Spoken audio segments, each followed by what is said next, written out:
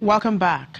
The month of April recorded some mixed movements in domestic commodity prices, and that's according to the research team at the Financial Derivatives Company. Well, joining me to talk about this and other burning economic issues is one of the research analysts with Financial Derivatives Company, Damilare Adeshola. Hello, Damilare. Good morning. Good morning. Good to see you. Good to see you too. Beautiful rain this morning. Beautiful. I'm sure you didn't want to go to work today. The word, but yeah, it was quite good. Well, you and your team are reporting a mixed movement in the domestic commodities market. We have rice going up, we have palm oil down, beans up, yam up. What's driving these prices, or what drove the prices, and how come it's mainly the staple food? So for the month of, throughout Q1, we barely saw any movement in these commodity prices. We track 10 commodity prices, 9 of which are food items, and we barely saw any movement in them throughout Q1. We saw a little bit of movement in March and then a little bit more in April. So this is the most significant that we've seen in a long time. And so, as you said, the three staples that increased in prices are all, were yam, beans and rice, and so we find that it's because as we approach the planting season, we've seen that there's been a mop-up of supply.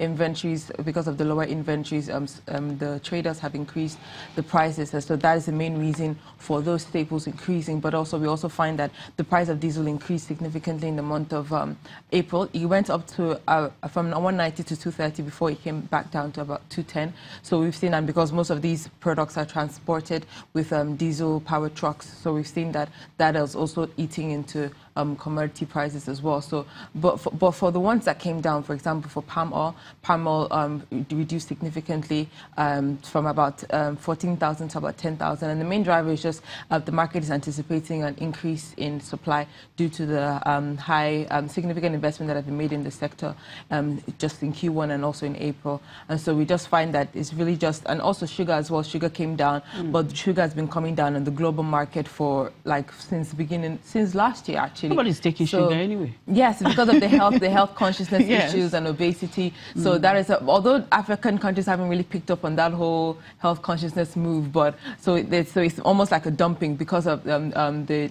demand in European countries have reduced. We've seen increased supply here, and so that has driven down prices on the domestic scale. Okay. Now, generally speaking, would you say the month of April was a good one for domestic commodity? Well, because, so as I said, we tracked 10 commodities. 3 commodities came up, 3 commodities went down, and 4 were stable. So so if net is like there was not that much movement. If 3 went up, 3 went down, then it's like balanced out. But I would say that because as we approach the planting season, we're going to see more and more staple food, the prices of staple food increase.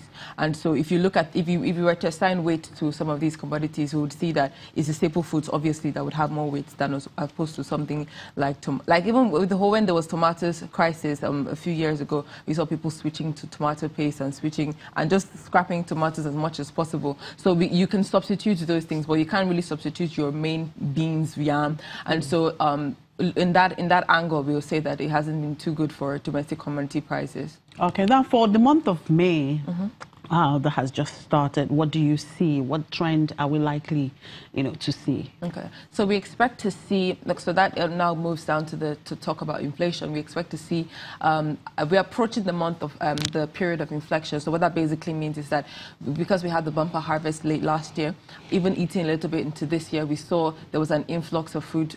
So this drove down prices, this drove down the food inflation, ultimately dragging down the headline index. And so we expect that as we approach the planting season, what we would find is a reversal of this trend, because it's normally cyclical. This always happens because of the reduced, people are now planting, there's not that much harvest. What is in there, they've stored it up and they're going to be selling it bit by bit.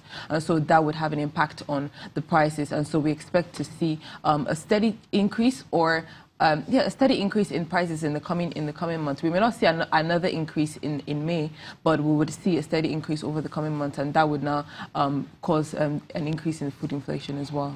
All right, the PMI numbers were released. That was yesterday. FBN Quest reporting a sharp fall on the PMI.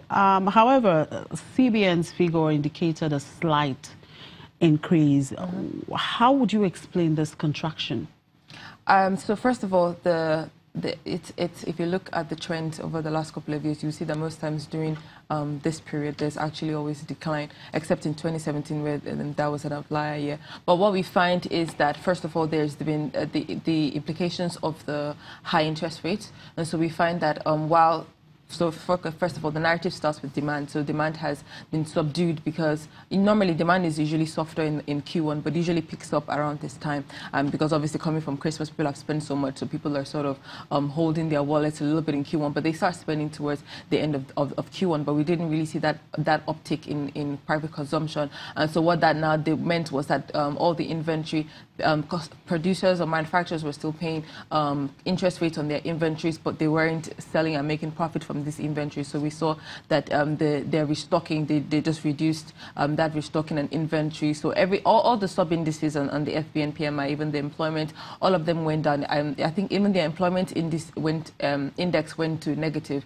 And so we find that it's just the implications of the higher carrying cost and what that is having on the profitability, and so they're just scaling back on their activities in the manufacturing sector. So looking at these figures, what would that mean for commodities markets, going into May? Okay, so some of these manufacturers use, so for example, flour, for example, you get the raw material from wheat. So some of these, they have the raw materials from the domestic commodities. And so what we would find, even rice, for example, I mean, they parboil it, they mill it and everything. So there's still the manufacturing industry for that as well. So what we would find is just that has an implication for prices as well, because if there's lower inventory, that means lower supply, and it means higher prices. And so we would find that the prices of commodities will continue to stay high, or would continue to increase in the coming month.